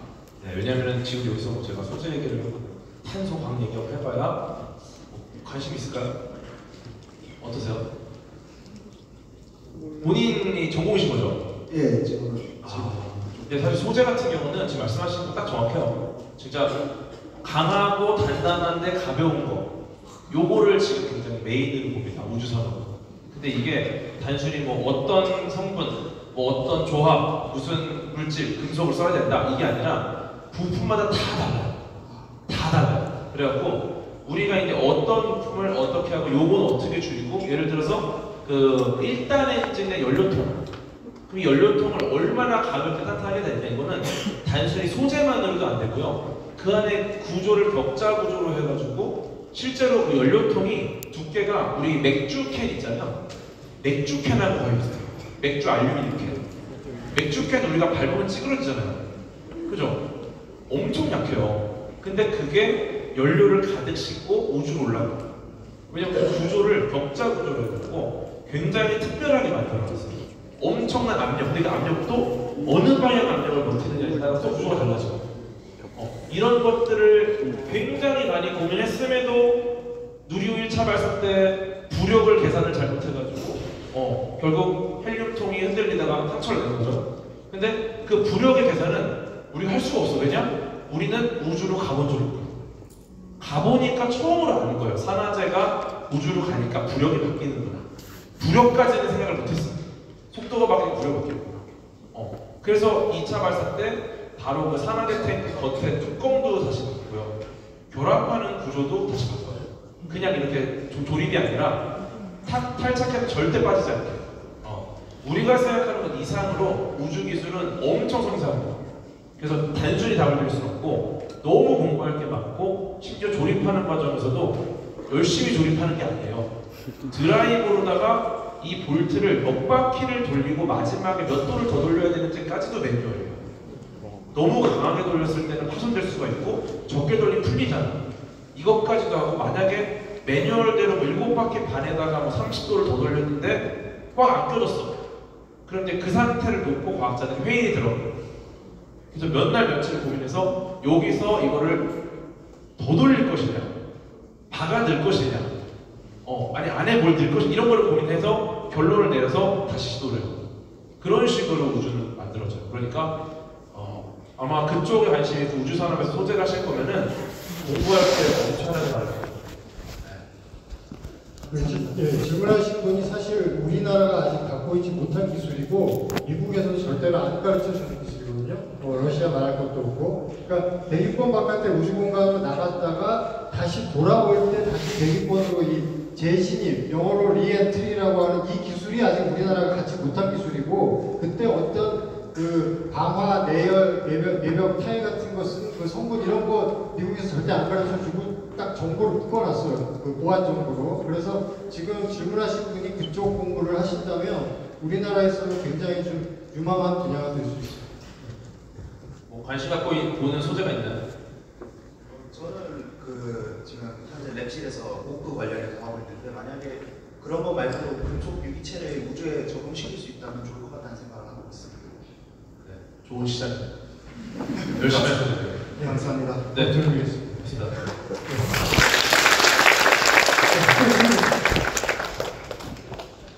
질문. 어떤 내용인데 여기 손 드신 남자분이 있습니다. 갑자기 전문적인 질문에 모두가 질문에 의욕을 잃고 나도 뭐 전문적인 거 하나 해야 되겠는데, 네, 그다음 전문적인 질문 들어보겠습니다. 네, 안녕하십니까. 인공우주공학과 재학 중에 있습니다. 이제 로켓이 이제 100km 이상 올라갔을 때 로켓이라고 말씀을 하셨다고 이제 들었는데, 초고고도로 올라가는 미사일 같은 유도조종 장치가 들어있는 그런 미사일 같은 경우도 100km를 넘어서 그걸 로켓이라고 명할 수 있거든요. 그럼요. 일단은 우리가 그 로켓이 무서운 이유, 그러니까 V2 로켓으로만 말씀드리면은 얘가 대기권 밖에 나갔다 들어와요. 일반적인 미사일은 오는 경로가 보입니다. 근데 로켓은 나갔다가 들어오니까 이거는 언제 떨어지는지를 몰라요. 갑자기 하늘에서 뚝 떨어집니다. 스타크래프트 해보셨어요? 네. 우리가 핵 왜 못 막습니까? 고스트가 이렇게 피에다가 쏘고 있으면 안 보여요. 근데 갑자기 떨어지잖아. 못 막는 거예요. 예를 들어 뭐 스카우터나 뭐 커세어 이런 애들이 오면은 오는 게 보이니까 내가 미리 뭐 처리할 수가 있는데 핵은 못 막습니다. 그게 바로 무서운 점이에요. 네. 좋은 질문이었습니다.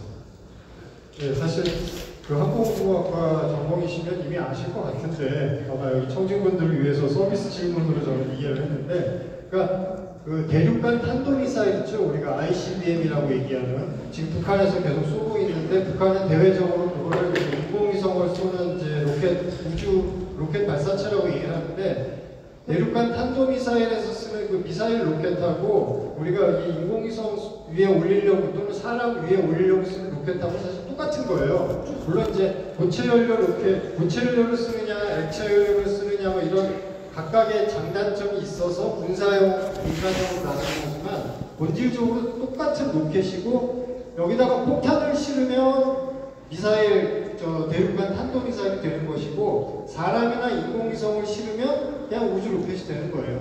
다른 게 아니고 같은 겁니다. 예. 또 질문. 여기 가운데 여자분 여기 있었어요.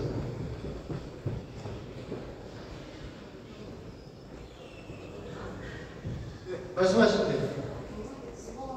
마이크 대고. 저는 영상을 보면서 우주 발사체를 발사시킬 때 열이나 화약 같은 게 환경오염이 좀 심각할 거라는 생각을 해서 혹시 다른 대응책이나 대책법이 있는지 좀 그게 궁금해요. 예, 오늘 사실 시간이 좀 충분했으면 교수님이 여러분들한테 낼 수 있는 굉장히 재미있는 퀴즈가 하나 있어요.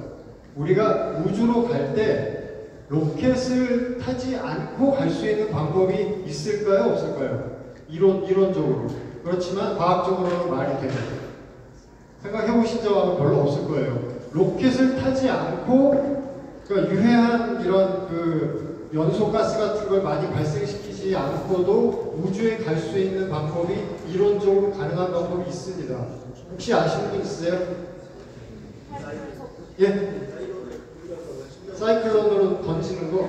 네, 그것도 제가 알기로는 그 던지는 힘만으로 우주까지 아직 도달할 정도는 안 되고요. 그것보다 조금 더 획기적이고 좀 털을 찌르는 방법이에요. 아시는 분 있어요?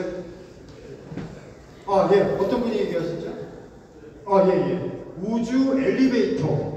네, 글자 그대로 엄청나게 저 우주 공간까지 닿는 높은 엘리베이터 탑을 건설하고 엘리베이터를 타고 그냥 우주까지 올라가면 되죠. 그럼 여러분들 상식적으로 생각하기에 그렇게 높은 엘리베이터 탑을 건설을 하면 그게 무게를 견디나?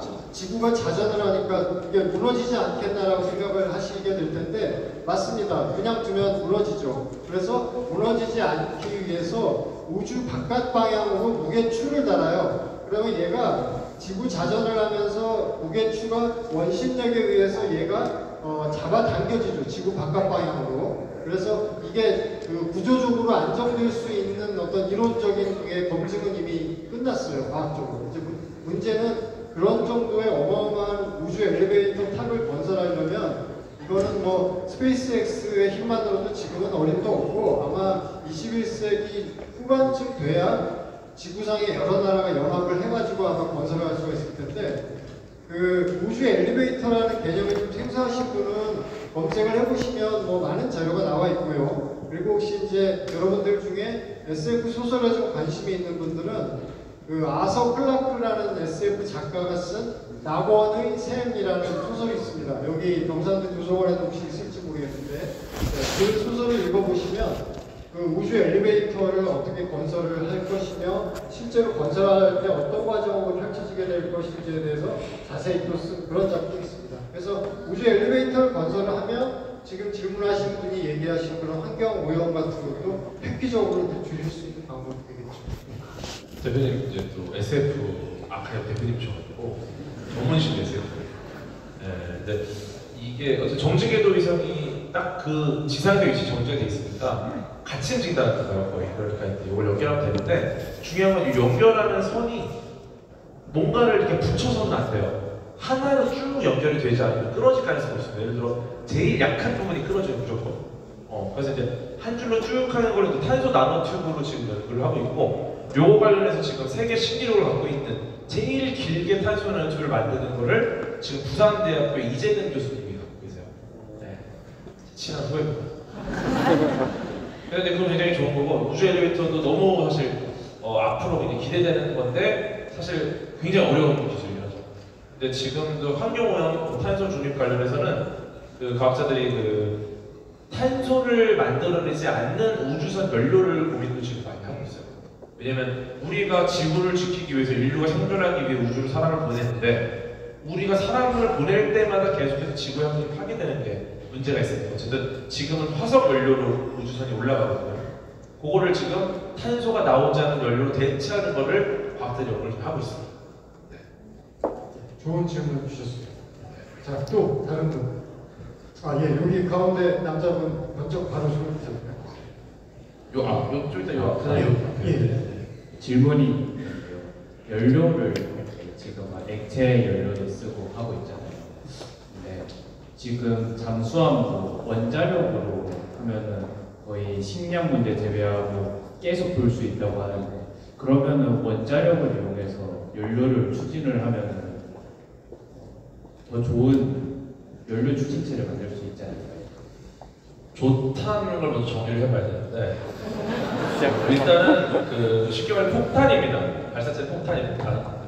원자력의 가장 무서운 점이 결국 이게 터지고 나면 낙진 같은 게 있을 수 있어요. 우리가 이거를 연쇄 반응을 일으키지 않고 천천히 반응을 일으켜서 그거기서 나오는 에너지로 물을 끓여서 터빈을 돌려서 전기를 만듭니다. 그게 원자력 발전이에요. 근데 이거를 그런 엄청난 추진력으로 폭발을 시키려면 연쇄 반응을 일으켜야 돼요. 그 결과물은 일단 기본적으로 방사성 물질이 엄청 나옵니다.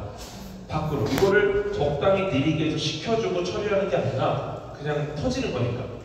그러면 예를 들어서 우리가 우주를 갈 때마다 원자폭탄을 하나씩 터뜨린다? 그럼 일단은 예를 들어 외나루도에서 터뜨리면 일단 그 섬 못 가겠죠, 사람들이. 모든 발사장이 일회용이 되지 않아요. 그런 걸 좀 감안해야 돼요. 그래서 핵 발전보다 이제 그 다음 단계 핵 융합 엔진 같은 경우는 효율도 좋고 그래서 우주 공간에서 꾸준히 추진을 해야 될 때는 핵 융합 엔진이 제일 좀 유리하다 그래서 그런 쪽은 지금 이론적으로 많이 연구를 하고 있습니다. 예, 좋은 질문 주셨는데 네. 아까 앞에 손 드셨던 분이 예 여기. 저는 좀 전문적이지 않은 질문들은 괜찮아요. 혹시 MBTI는 과학적인가요?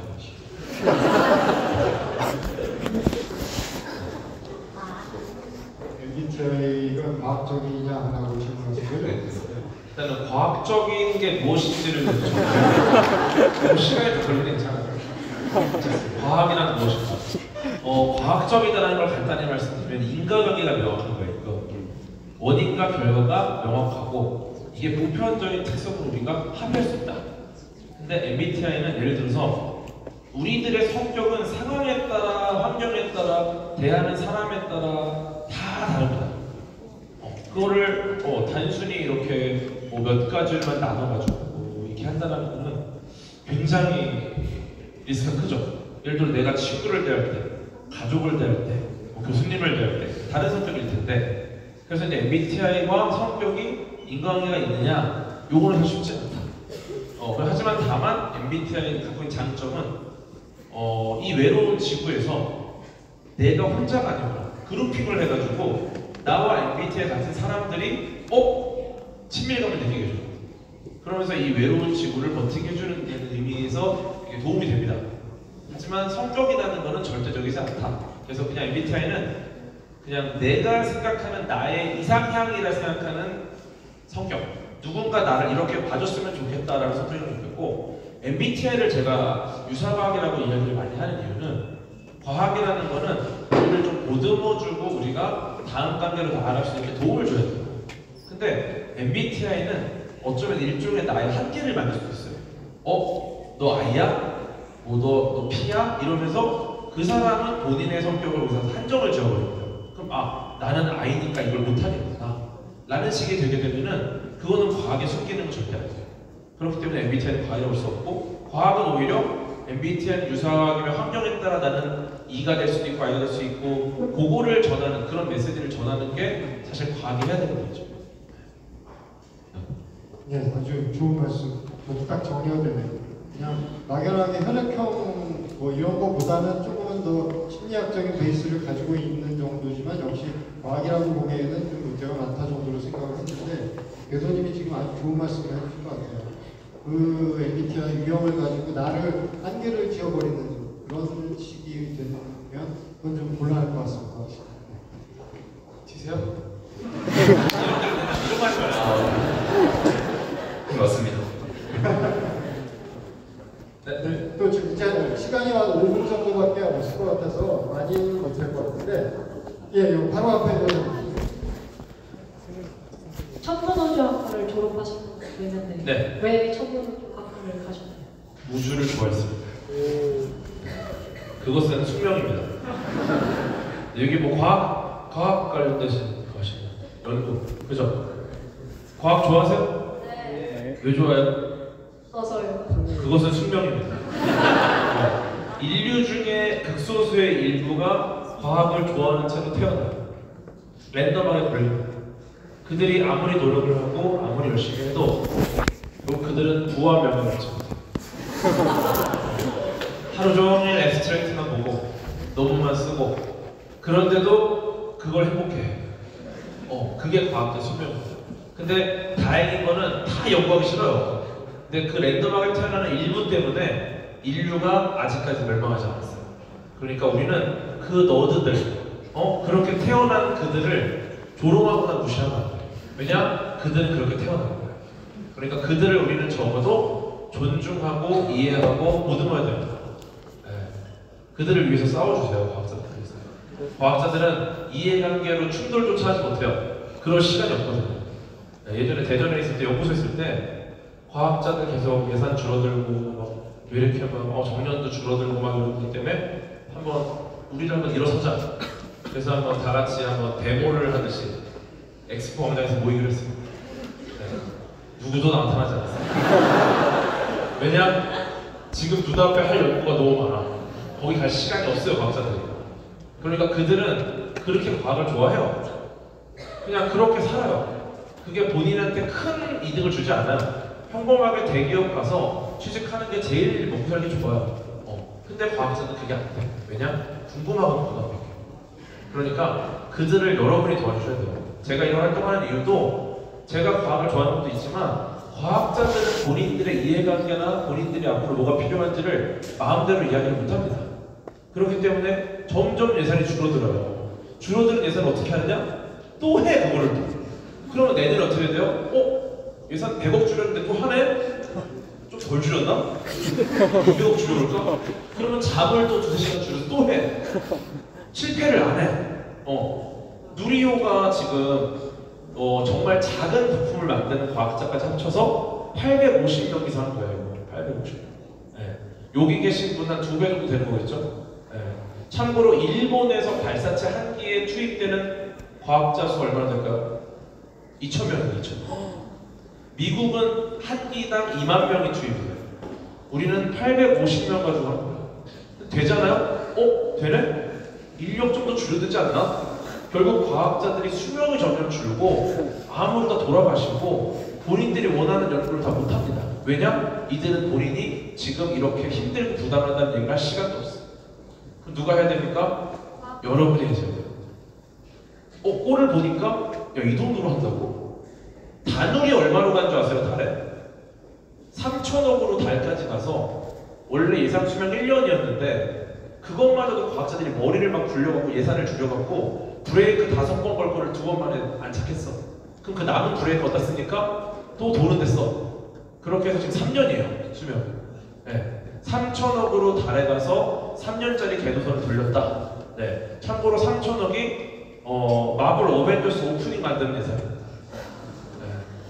그러니까 이게 그 돈으로 어떻게 했지라는 생각을 먼저 해야 돼요. 그냥 내가 봤을 때 3천억? 왜 이렇게 비싸? 비싸지 당연히. 근데 그거를 우리는 생각을 해야 돼요. 이게 정말 이런 기술을 만드는데 충분한 돈인가? 근데 과학자들은 그런 고민을 할 시간에 돈을 더 줄일 방법부터 모르고요. 그러니까 여러분이 이야기를 해야 돼요. 과학자 힘들구나. 연구 현장에 있었더니 그것 때문에 제가 나와서 여러분한테 이런 얘기를 하는 겁니다. 그들이 제대로 된 연구 환경에서 연구할 수 있게 하려고. 좋은 질문이었어요. 이렇게 깊은 질문이었겠죠? 네, 정말 이 비슷한 질문을 여기저기서 종종 듣는데 제가 들어본 것 중에 가장 멋진 답을 주셨습니다. 네, 저도 감사합니다.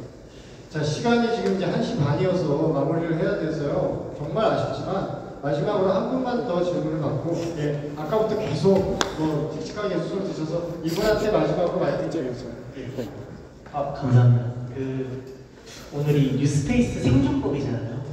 그러다 보니까 이제 비전공자 입장에서 앞으로 우주 산업이 계속 활발하게 이어질 것 같은데 이제 우주 관련 사업이 아닌 인문대생이라든가 타 학과 학생들이 앞으로 이 우주 산업에서 어떻게 좀 생존할 수 있을까? 어떤 사고방식이나 가치관을 가져야 될지 한번 또 여쭤보고 싶습니다. 우주 산업이 이제 엮여 있는 게 굉장히 많아가지고 예를 들어서 우리가 달로 가게 되면은 누가 가야 할까? 이런 문제일 수 있겠죠. 예를 들어서 영화 컨택트 보셨어요? 조디 포스터 주연의? 네, 좀 오래된 영화예요. 네. 1997년 영화. 그 영화를 보면은 외계 행성에 가야 해요. 조디 포스터. 가서 엄청난 광경을 보고 첫 마디가 뭐냐면은 내가 오지 말았어야 된다. 나는 아름답다라는 말밖에 할 수 없는데 내가 아니라 여기에 시인이 왔으면 얼마나 아름다운 말을 했을까. 내가 할 수 있는 형용사가 아름답다밖에 없기 때문에 나는 더 이상 할 수 있는 말이 없다. 이런 얘기를 해요. 그러니까 지금 그 디어문 프로젝트라는 게 있어요. 일본의 엄청난 부자가 예술가들과 그런 여러 인문학적인 소양들이 있는 분들을 가서 달까지 가서 달을 보고 오는 프로젝트예요. 왜 가냐? 거기로부터 영감을 얻을 수 있다. 네, 그러니까 제가 볼 때는 뭐 그런 인문학이든 뭐 다른 분야들이 앞으로 우주 산업이랑 연결지어가지고 본인들의 가치를 올릴 수 있는 게 분명히 있을 거예요. 네. 예를 들어 이 우주를 기반으로 한 어떤 다큐멘터리를 만드는데 이게 단순히 그냥 뭐 디스커버리 채널 같은 느낌이 아니라 인문학적 소양이 많이 들어가면 좋겠죠. 그런 것들도 좀 필요할 수도 있고. 전공이 태블 전공이 간호학이면 이거는 제 말을 들을 필요도 없어요. 제일 엄청 중요해요, 우주에서. 너무너무 중요해요, 우주에서. 네. 왜냐면 지상에서의 응급상황과 우주에서의 응급상황은 아예 다릅니다. 실제로 그 나사에서 간호사로 이제 근무하시는 분들도 계시고, 네. 그런 꿈을 꾸는 청소년들도 많아요. 나는 사람을 살리는 간호학 같은 거 이런 걸 하고 싶은데 우주 비행사도 하고 싶다. 그래서 우주에서 그런 걸 하는 사람 배우고 싶다. 그것도 있고. 그러니까 제가 때는 뭐 미리 주면 좋은데, 근데 언제 그렇게 막 상용화가 될지는 사실은. 그래서 막 준비 다 했는데 뭐 95세에 되면은 이제 약간 이제 연로하셔가지고 사람을 잘 못 구할 수도 있어요. 그런 것들 좀 고민을 많이 하셔야 되는데. 네, 오늘 뭐 질문을 많이 받지는 못했지만 질문 하나하나 정말 꼭 필요하고 굉장히 또 멋진 답을 들을 수 있는 그런 질문들을 많이 해주셔서 저도 굉장히 감사하게 생각합니다. 자, 아쉽지만 이걸로 오늘 순서는 좀 마무리를 해야 될 것 같고요. 사실 궤도님이 오늘 시간 관계상 얘기하지 못한 굉장히 많은 우주과학에 대한 내용들, 또 우주과학이 아닌 과학의 다른 여러 가지 영역들에 대해서 굉장히 많은 콘텐츠들을 그 안될과학 채널, 그리고 또 여기도 나와 있지만 궤도님이 쓰신 책도 이렇게 나와 있고요. 책 이거 말고도 여러 번 내셨죠? 사실 이게 많이 담겨있지 않습니다. 조금 담겨있어요. 야, 학습만화도 사셨어요? 야, 저거는 귀한 건데 진짜. 네. 찐팬이시더라고요. 그러니까요. 지난달에 인세 5,000원 들었더라고요. 이분이 사셨네. 거의 전국적으로 몇 개 팔리는지가 거의 느껴져요. 네, 그래서 궤도님이 내신 책, 그리고 궤도님의 그 유튜브 채널이나 또 여러 가지 매체를 통해서 말씀드렸다시피 오늘 또 저녁에 또 촬영이 있으신데 이런 걸 통해서 궤도님의 그 과학문화 콘텐츠들을 여러분들이 계속 많이 접하실 수가 있고, 미처 오늘 질문하고 싶었지만 기회가 없었던 분들도 아마 그런 콘텐츠들을 찾아보시면 대부분 다 답을 얻으실 수 있을 거라고 생각을 합니다. 네. 오늘 이제 본격적으로 더위도 시작이 되고 그랬는데 또 이렇게 먼 거리를 오셔가지고 여러분들하고 같이 이렇게 뜻깊은 시간을 갖게 해주신 궤도님께 마지막으로 감사의 박수 한번 보내드립니다.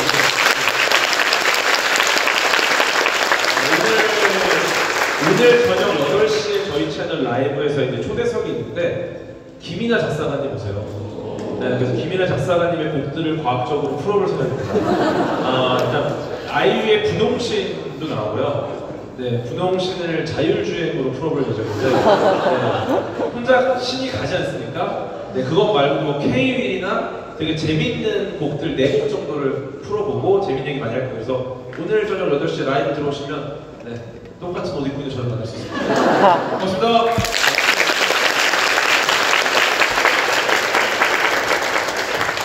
오늘 정말 멋진 강연을 해주신 두 분 선생님께 다시 한번 큰 박수.